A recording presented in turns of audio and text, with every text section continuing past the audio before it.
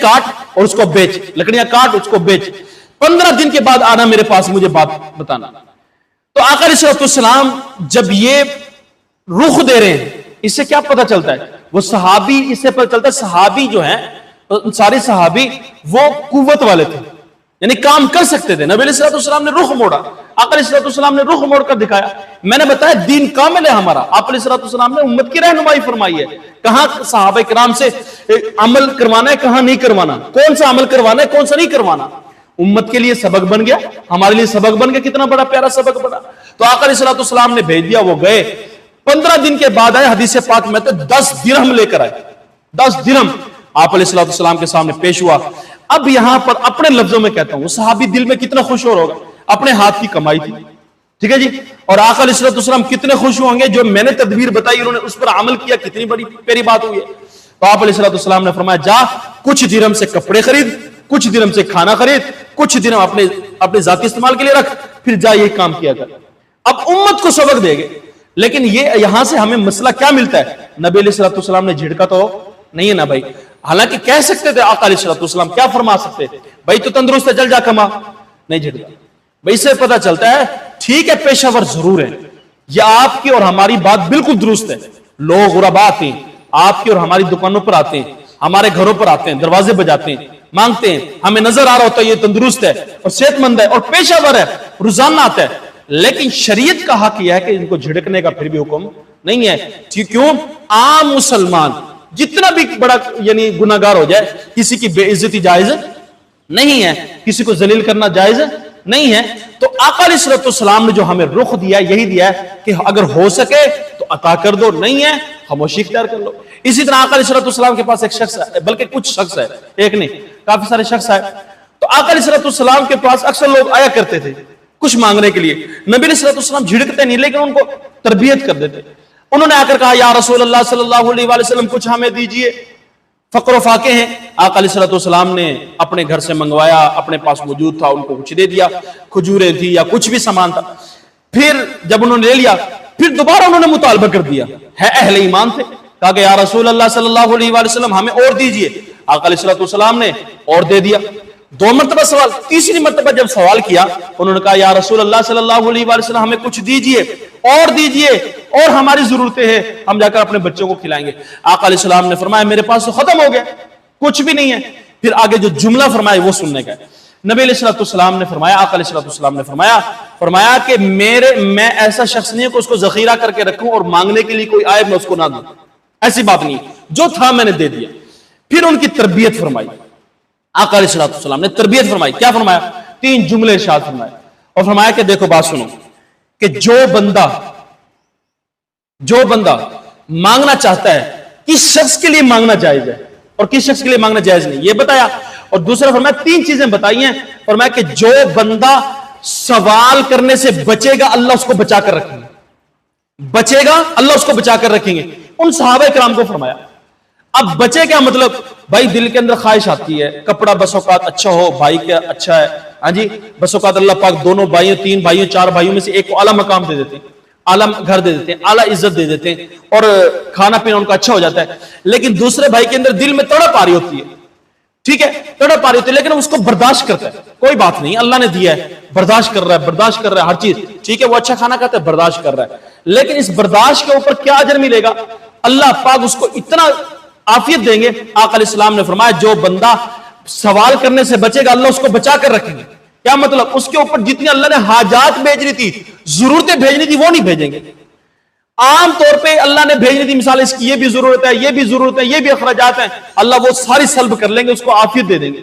دوسری چیز جو آقا علیہ السلام نے فرمائی ہے، فرمایا کہ جو بندہ استغنا اختیار کرے گا،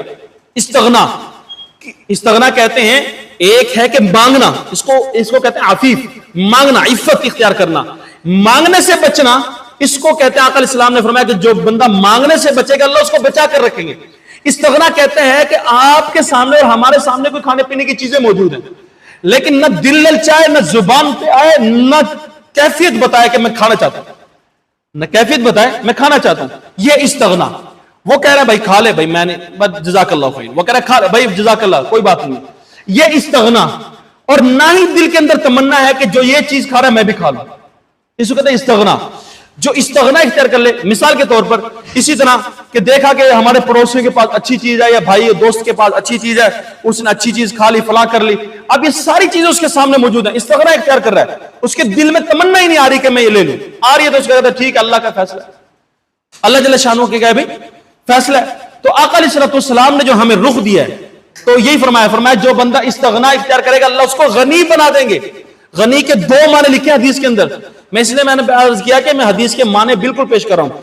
یہ غنی کے معنی, ایک تو غنی کا معنی یہ ہے اللہ مالدار بنا دیں گے, دوسرا غنی کا معنی وہاں پر یہ لکھا ہے آقا علیہ السلام نے فرمایا نا جو غنی بنا دیں گے, مطلب یہ ہے کہ اس کے دل کے اندر وہ غنی پیدا کر دیں گے, اس کو دل کی تمنا ہی نہیں رہے گی کہ مجھے یہ بھی مل جائے, مجھے یہ بھی مل جائے.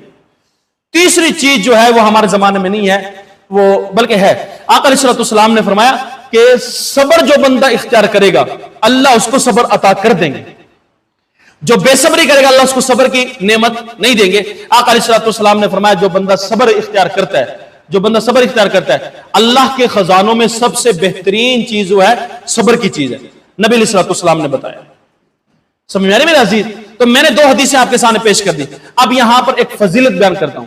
آقا علیہ السلام نے فرمایا جو بندہ اپنی حاجات کو لوگوں کے سامنے نہیں رکھے گا, ضرورتوں کو لوگوں کے سامنے نہیں رکھے گا, لوگوں سے مانگے گا نہیں, استغنا اختیار کرے گا, اپنے من کو روکے گا, اپنے آپ کو برداشت کرے گا, اور کسی کی چیزوں کی طرف, کسی کے کھانوں کی طرف, کسی کے بستروں کی طرف, کسی کے گھروں کی طرف, کسی کے گاڑیوں کی طرف, یعنی کوئی دلی تمنا نہیں رکھے گا, اور وہ استغنا اختیار کرے گا, سوال نہیں کرے گا, مانگے گا نہیں, سب چیز برداشت کرے گا, ہلکی چیز استعمال کر لے گا آقا کی طرف, یعنی کوئی دلی تمنا نہیں رکھے گا, اور وہ استغنا اختیار کرے گا, سوال نہیں کرے گا, مانگے گا نہیں, سب چیز برداشت کرے گا, ہلکی چیز استعمال کر لے گا, آقا برداشت کرے گا, اور کسی کی چیزوں کی طرف, کسی کے کھانوں کی طرف, کسی کے بستروں کی طرف, کسی کے گھروں کی طرف, کسی کے گاڑیوں کی طرف, یعنی کوئی دلی تمنا نہیں رکھے گا, اور وہ استغنا اختیار کرے گا, سوال نہیں کرے گا, مانگے گا نہیں, سب چیز برداشت کرے گا,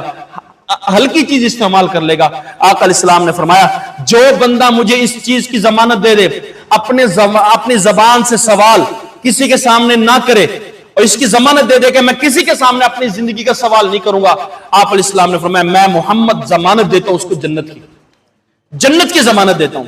بھائی ہے تو مشکل, میں بھی اس میں شامل ہوں, ہم سب اس میں شامل ہیں, ہم سب نے عمل کرنا ہے, جنت کی ضمانت ملتی ہے. تو میرے عزیزو, تو یہ ساری میں نے حدیثیں آپ کے سامنے پیش کی ہیں. پہلے ایک واقعہ پیش کیا, وہ بھی سنن ابی داؤد کے اندر. دوسری حدیث پیش کی کہ آقا علیہ السلام کے پاس کچھ لوگ آئے تھے تو انہوں نے مانگا, تو آپ علیہ السلام نے فرمایا تین چیزیں ہیں, تین چیزیں بتائی ہیں. پہلا, جو بندہ سوال سے بچے گا اللہ اس کو بچائے گا, جو بندہ استغنا اختیار کرے گا اللہ اس کو غنی بنا دے گا, جو صبر اختیار کرے گا اللہ اس کو صبر عطا کر دے گا. آخری حدیث بیان کر کے بات ختم کرتا ہوں. آقا علیہ السلام نے فرمایا جو بندہ, کس بندے کے لیے مانگنا جائز ہے؟ اب یہاں پر آپ اور میں تھوڑا سوچیں, نبی علیہ السلام کا فرمان کمزور نہیں ہے, اس کے لیے مانگنا جائز ہے. کون مانگ سکتا ہے؟ آقا علیہ السلام نے فرمایا تین شخصوں کے لیے مانگنا جائز ہے. پہلا شخص وہ جس کے گھر کے اندر اس ذات کے اوپر اتنا فقر آ گیا کہ اتنی غربت آ گئی, اب اس کا اٹھنا محال ہے, یعنی غربت اس سے دور ہونا بہت محال ہے. اس کو اثرات ہی نظر نہیں آ رہے کہ کچھ آئے گا تو میں کھا پی لوں گا. اب اس کے لیے شریعت کہتی ہے کہ جائز ہے کہ وہ مانگ سکے. پھر مانگنا بھی کسی نیک لوگوں سے کہا ہے, ٹھیک ہے نا بھی, فرمایا کہ نیک لوگوں سے, دیندار سے, نمازی سے, اور اچھے دل والے سے, اور اسی طرح عزت کرنے والوں سے مانگنا, بے عزتوں سے جو بے عزتی کرے ان سے نہ مانگنا. دوسری چیز ہے فرمایا کہ جس کے اوپر سر پہ قرضہ آ گیا اور قرضے کے ادائیگی کی کوئی صورت موجود نہیں ہے, آقا علیہ السلام نے فرمایا یہ بھی مانگ سکتا ہے, لیکن اتنی حد تک کہ وہ قرضہ ادا کر دے. جب قرضہ مانگنے والا مانگنا ہے, پہلے تو اس سے عافیت مانگ لے, بھائی میں دے نہیں سکتا, اگر تو اس کو معاف کرتا ہے ٹھیک ہے, وہ کہتا ہے نہیں معاف نہیں کرتا, اب اس کو پتا ہے موت میرے سامنے آنے والی ہے, اب لوگوں سے سوالات کر کے اپنا وہ قرضہ ادا کر سکتا ہے ان سے مانگ کر, یہ آقا علیہ السلام نے بتایا.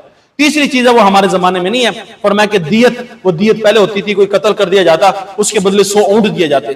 تو بہرحال یہاں سے ہمیں ساری باتوں سے کیا سمجھ میں آیا؟